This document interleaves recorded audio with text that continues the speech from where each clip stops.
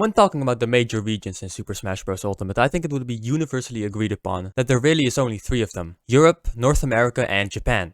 There are still other parts of the world where tournaments take place, but this is generally where the most players are, where the most tournaments are hosted, and so on. And despite that, there is still a clear difference in skill between these 3 regions. With Japan right now sitting at the top, with North America in second, and Europe, like always, sitting in third, with the gap between Japan and the rest of the world only looking to get larger.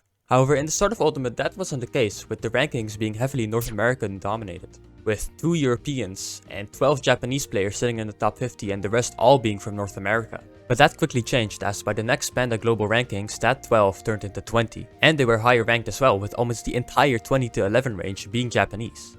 Fast forward to the 2023 yearly rankings, and that original number of 12 has essentially doubled into 25. Interestingly enough, the same also goes for Europe, with that 2 becoming 4 ranked players. Yeah. This doesn't give the full scale of it though, as Luma rank isn't only limited to the top 50. Instead, it ranks the top 150 players of the world, and then it gets even crazier with 51 additional Japanese players being on the list, meaning that just over half of all top 150 players are located in this one country. So what the hell happened? You've probably already seen or heard about it if you keep up with competitive Smash Bros in the slightest, but some time ago 2 super majors took place in Japan: Kagaribi 12 and Delta 8. And despite quite a good amount of top players from North America and Gluttony, Europe's best player, attending, none of them made top 8. With some of the best international players going out earlier than expected and Japan often farming Europe and American tournaments, there's some theorizing about why that was the case. But I think most people by now know that the reality is they just play the game more. At this point, you have also probably heard of Smashmate or Smashmate, I don't know. But it's hard to understate how much a consistently active platform with tournament rules helps people improve, and how big of an advantage that is in comparison to other regions. Especially considering Japanese top players still play on it. Which leads to more good players, which leads to more high level players, which eventually snowballs into the entire top 150 consisting of just Japanese players who are all going to say that Pikachu is a mid tier, and the rest of the world just having to accept it as a fact. Even Mia said that you should just grind Smashmate if you want to win Kagaribi after winning Kagaribi, which says a lot. And this side is probably half the reason Japan has so many number 1 spots on these best players of every character lists, the other half probably being playing well. However, over here in Europe we also have our own very well designed matchmaking website called Smash Dojo, and is still active. But to put things into scale, in the last few months that it has been out, a total of around 60,000 matches has been played. In comparison though, Smashmate apparently has...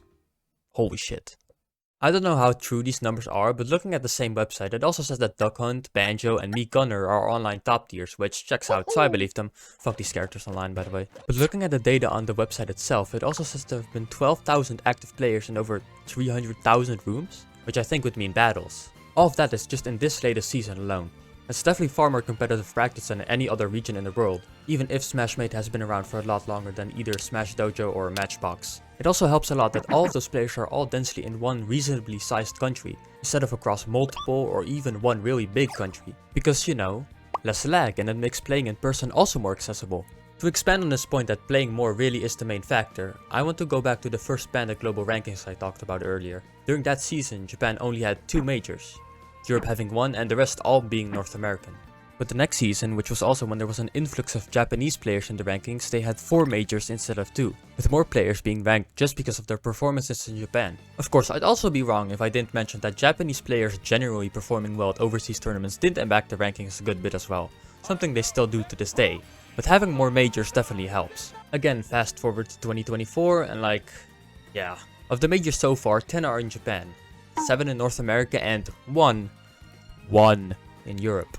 Should be 2, but 2 tournaments happened to be on the same weekend, which was really unlucky. This is also why France is so ahead of the rest of Europe right now. They just have more tournaments. It's why they are the only country in Europe that doesn't have the points of their tournaments multiplied. It's why the European Luma rank consists of more French players than anyone else. So the real lesson is just play more. Even though this is easier said than done for anyone not from Japan. But if you play with the intent of getting better against other players at least somewhat around your skill level, you are going to get better. It's just that Japan is doing that the most right now. That's why America and Japan have also been always ahead of Europe, since obviously more players equals more playing. And Europe has always been the smallest of the 3. And France right now has the most players by a considerable amount in Europe. Aside from that, things can just happen.